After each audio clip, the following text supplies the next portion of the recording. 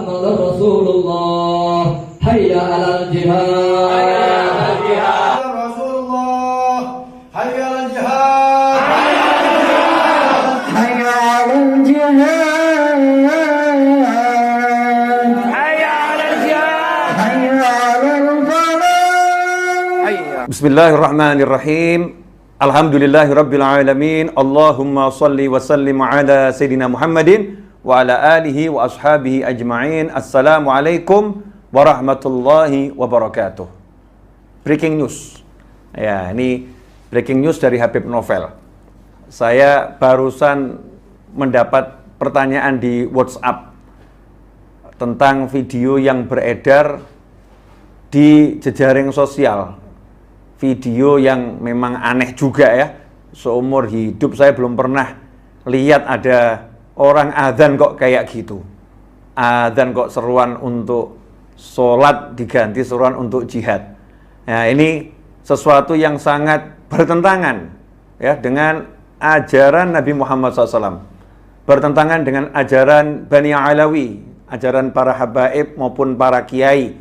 Ya, ini tidak sesuai dengan hadis al-muslimu man salimal muslimuna min lisanihi wa yadihi. Seorang muslim adalah dia yang umat Islam selamat dari gangguan lisan dan tangannya. Karena itu udah abaikan saja. Jangan terprovokasi ya, ajakan-ajakan yang begini nih, yang enggak mutu ini enggak usah didengarkan. Kita eratkan tali persatuan dan persaudaraan. Kita tebarkan kasih sayang. Kita saling menghormati dan saling mencintai. Jangan mau terprovokasi oleh siapapun dan alasannya apapun.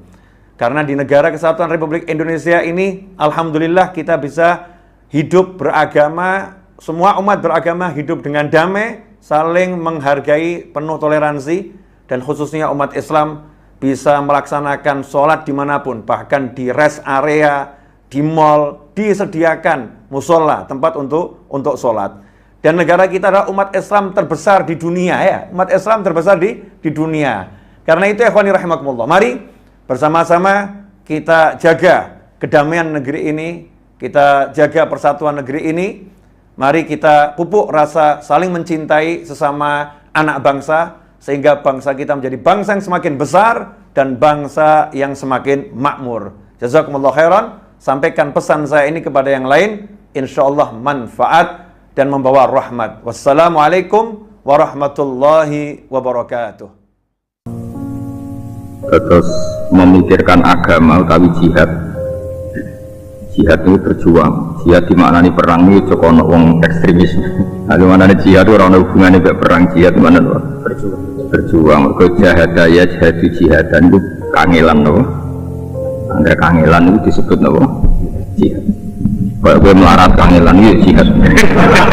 Mulane wong mati fakir mati napa? Jihad. Jihad. Mulane mati syahid. Mati napa? Wong seneng wong wedok ra kesampean mati kuwi mati napa? Syahid.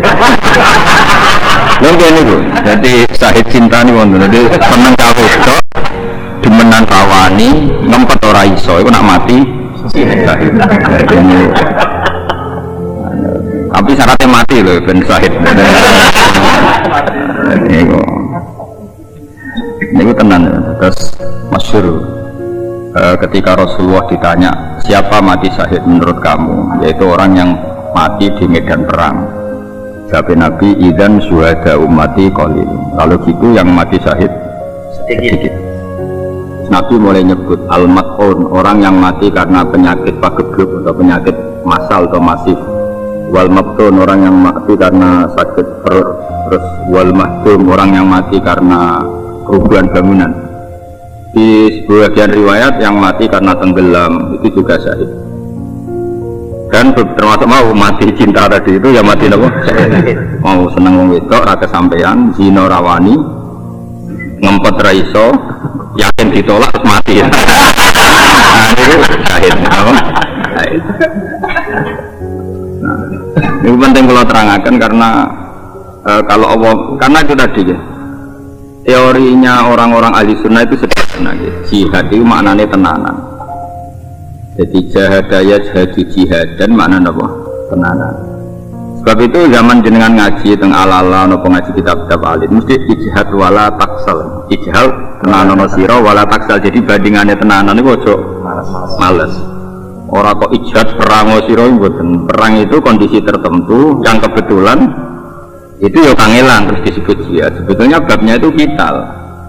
Makanya di fikih itu enggak ada bab jihad, ada bab kital. Kalau jihad ya ngaji ya jihad, mempertahankan kemiskinan ya.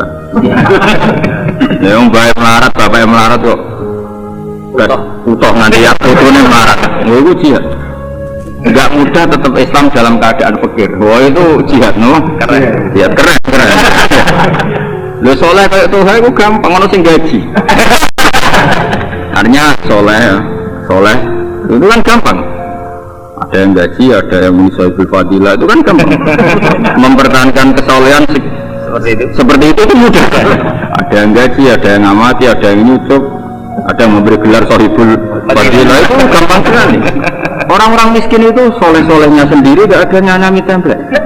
Dan gak ada yang bilang dia sohibul fadilah, tapi tetap gak zina, gak maling, gak korupsi. Wah itu luar biasa. Soleh balik itu gampang karena oh gampang banget. Ya sudah, aku ramu dimana? Ini uang hasad. Tapi itu jelas mudah, apa?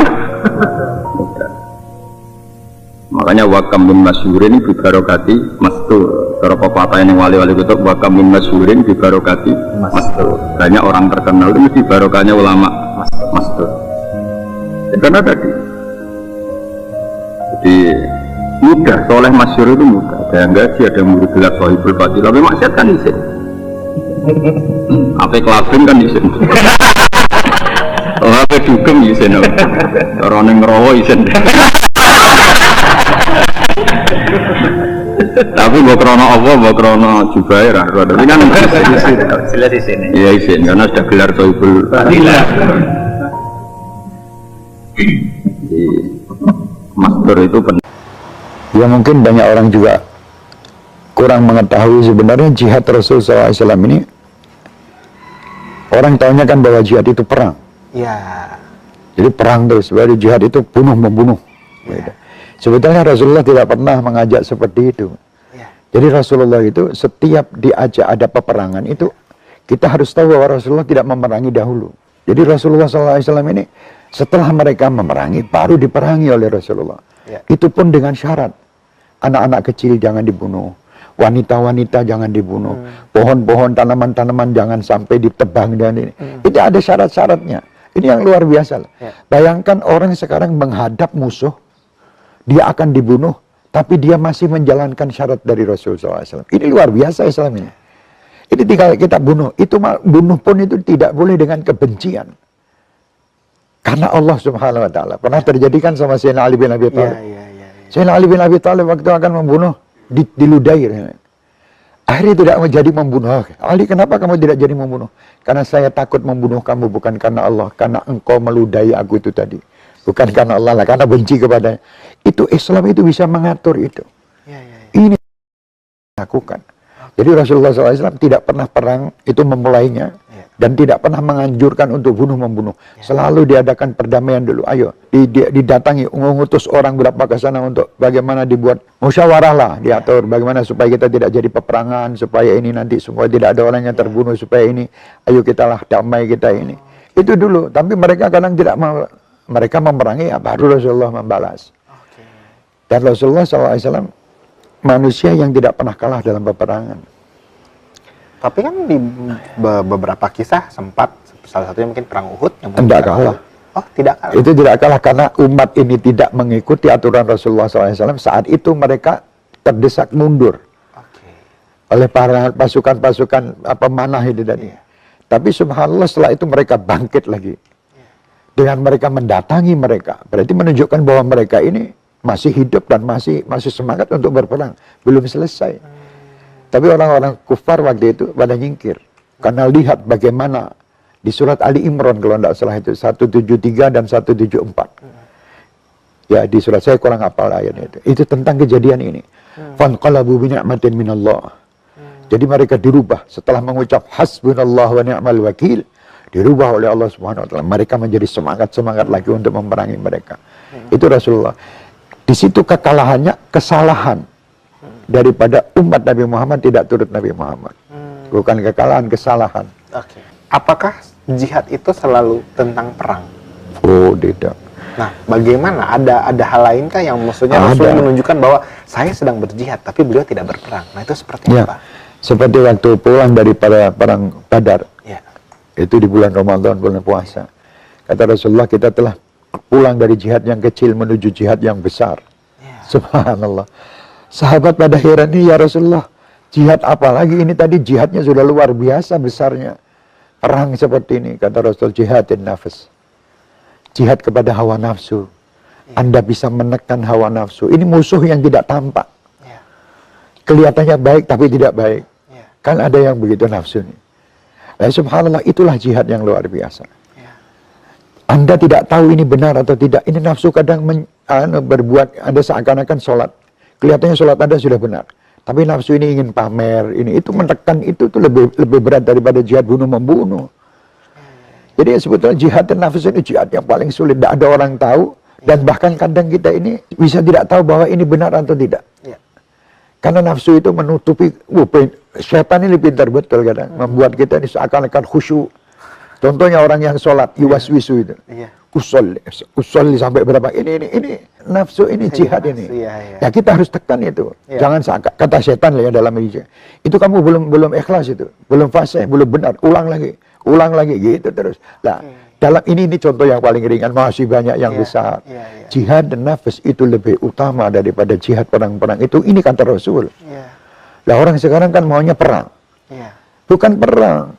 Perangi diri kamu waktu kamu ingin perang dan kamu mengatakan orang lain yang diperangi siapa? Iya. Saudara muslim sendiri. Iya. Ini lucu kita lihat. Ini jihad apa? Iya. Kalau muslim sama muslim sendiri pukul-pukulan itu katanya jihad. Menegakkan kebenaran. Masing-masing merasa dirinya benar. Ya. Itu sudah orang yang tidak benar. Ya. Orang kalau sudah merasa dirinya saya benar. Orang tidak benar. Ya. Walaupun dia benar. Rasul tidak pernah mengajarkan itu. Bahkan sampai-sampai Ustaz Ali kalau lihat orang khutbah Jumat. Ya. Usikum wa nafsiyah. Bitaqwallah. Bukan usikum toh.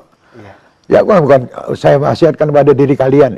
Ya walaupun itu boleh. Ya. Cuman adabnya kan wa nafsiyah. Diriku juga. Karena saya juga belum bertakwa. Itulah adab-adab ini.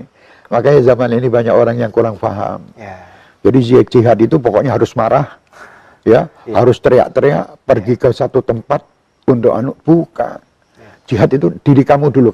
Kamu benahi.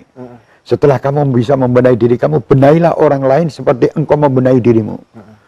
Bukan benahi orang lain, kamu pukuli. Tapi ini sama diri kamu tidak pernah pukul sendiri. Kamu bermaksiat, ini kan kamu jihad kepada orang-orang yang maksiat misalnya. Orang maksiatnya kamu pukuli, kamu bermaksiat, kamu tenang aja begini. Mesti pukul juga diri kamu. Kalau kamu tidak ingin memukul diri kamu, jangan pukul orang lain. Nasihat itu lebih indah. Jadi jihad dan nafas ini luar biasa. Sulit mas. Kadang banyak orang-orang yang merasa dirinya itu sudah baik. Nanti di akhirat ternyata timbangan dia kebaikannya tidak ada. Kenapa kok tidak ada? Karena dia mengamalkan ini semua dengan riak. Ingin dipamerkan, ini berat. Kalau musuh yang jihad perang itu tahu musuhnya di depan tinggal dipukul mati. Tapi ini musuh kita tidak tahu. Sampai Al-Imam Al-Busiri mengatakan, an-nafsu ka tifli'in tuhmilhu syab'ala. Nafsu itu bagaikan anak bayi yang menyusu. Itu kalau tidak disape, ya terus nyusu sampai besar. Jadi harus ditekan, harus supaya itu. Nafsu itu bagaikan kuda, kata Imam Busiri. Anda harus bisa mengendalikan. Orang itu punya nafsu semua. Lah, mengendalikannya ini jihad. Anda arahkan ke kanan, arahkan yang baik, mau ke kiri, ayo tarik lagi gitu terus. Ini proses menarik dan ini tadi mengarahkan itu adalah jihad. Kembali kepada meneladani Rasulullah SAW. Dalam sepanjang hidup Rasulullah, pernah tidak sih Rasulullah itu sampai kewalahan menjaga dan mengontrol nafsunya? Tidak pernah. Jadi karena Rasulullah sudah. Iya. Rasulullah itu maksum. Ya. Tidak pernah ada kekurangan atau ada kejelekan sedikit pun pada diri Rasulullah. Apalagi kewalahan. Rasul itu manusia yang dididik langsung oleh Allah. Adabani Rabbi fa ahsana ta'dibi. Tidak ada satupun manusia bisa mendidik Rasulullah. Karena apa? Kalau ada guru Rasulullah, berarti Rasulullah di bawah gurunya. Tapi ini tidak ada orang yang lebih tinggi dari Rasulullah karena Allah langsung yang mendidik. Supaya tidak ada mengatakan aku gurunya Rasulullah. Tidak ada. Allah yang mengatakan. Kenapa Rasulullah SAW ayahnya meninggal sedangkan Rasulullah ada di dalam kandungan? Supaya Rasul tidak mengatakan abi, abi, tapi mengatakan Rabbi, Rabbi. Jadi kalau ayahnya hidup, bayangkan saya aja Habib saya lah, yang seperti ini penuh dengan dosa. Anak saya itu di depan anak orang-orang lain, wah kayak raja dia. Karena anak Habib saya. Padahal dia belum tentu lebih baik daripada anak-anak yang lain. Kayak gitu. Dan Habib saya itu siapa? Orang yang perlu berlumuran dosa. Jadi bayangkan kalau ayah Nabi Muhammad hidup dengan Nabi Muhammad itu masih setelah diangkat Rasul. Bagaimana nanti keadaannya? Dijaga oleh Allah. Supaya murni. Rabbi, Rabbi bukan abi, abi.